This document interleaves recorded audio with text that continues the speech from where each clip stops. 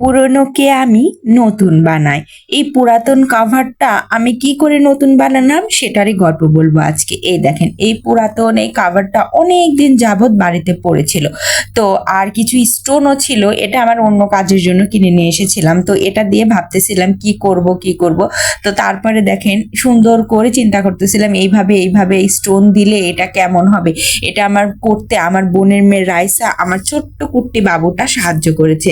আরো অনেক সুন্দর করে গ্লু গান দিয়ে এটা লাগায় ফেলছি। এটা লাগানো কিন্তু এতটাও সহজ ছিল না।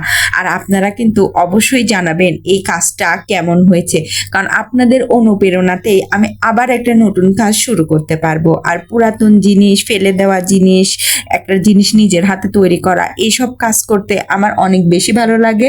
আর এই ফোনের কাভারটা দেখেন, ফোনে লাগানোর পর কেমন দেখা যাচ্ছে, গরিবের আইফোন বলে কথা। আর তার সাথে দামি একটা কভার। দামি কভার ইচ্ছা করলেই কেনা যায়, কিন্তু এইভাবে হাতে কষ্ট করে বানানো, এটার কিন্তু আলাদাই একটা মজা। যদিও ফোনের সাথে কেমন লাগতেছে আমি জানি না, আমার অনেক বেশি পছন্দ হয়েছে। আপনারা অবশ্যই জানাবেন যে এই ফোনের কাভারটা ঠিক কেমন হয়েছে, কারণ আপনাদের এই অনুপ্রেরণাতেই আবার নতুন কাজ করতে একটু হলেও সাহস পাই।